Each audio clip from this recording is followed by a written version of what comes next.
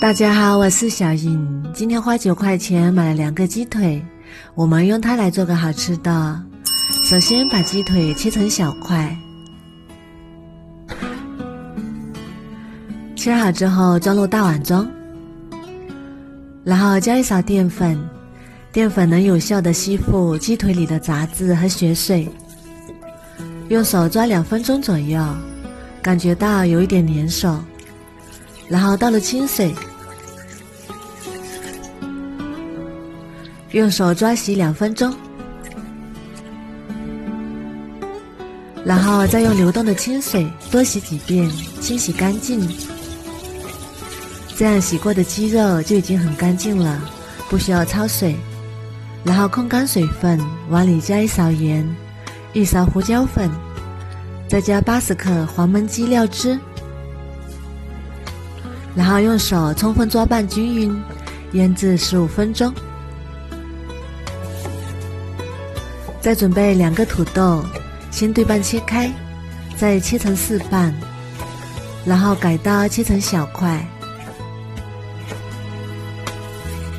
切好之后装入碗中备用。再准备一个青红椒，切成滚刀块。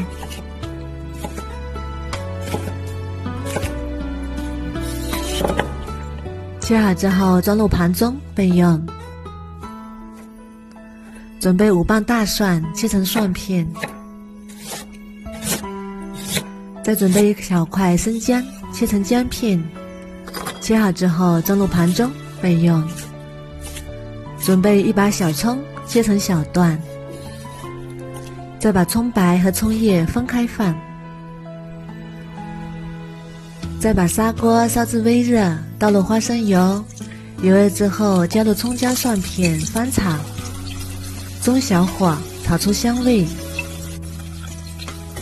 炒香之后再把土豆倒进来，再加入洗干净的白玉菇，翻炒均匀。然后把腌好的鸡肉也加进来，用筷子铺均匀。再加入啤酒，啤酒没过鸡肉就可以，啤酒能够去腥增香。然后盖上盖子，转中小火炖15分钟。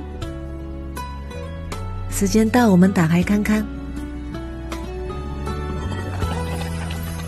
哇，好香啊！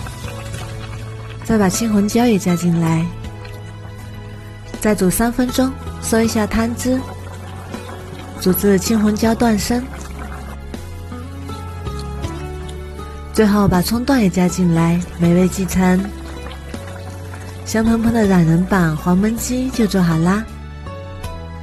这样做的鸡肉非常的鲜嫩入味，不用炒不油炸，用的油也非常的少。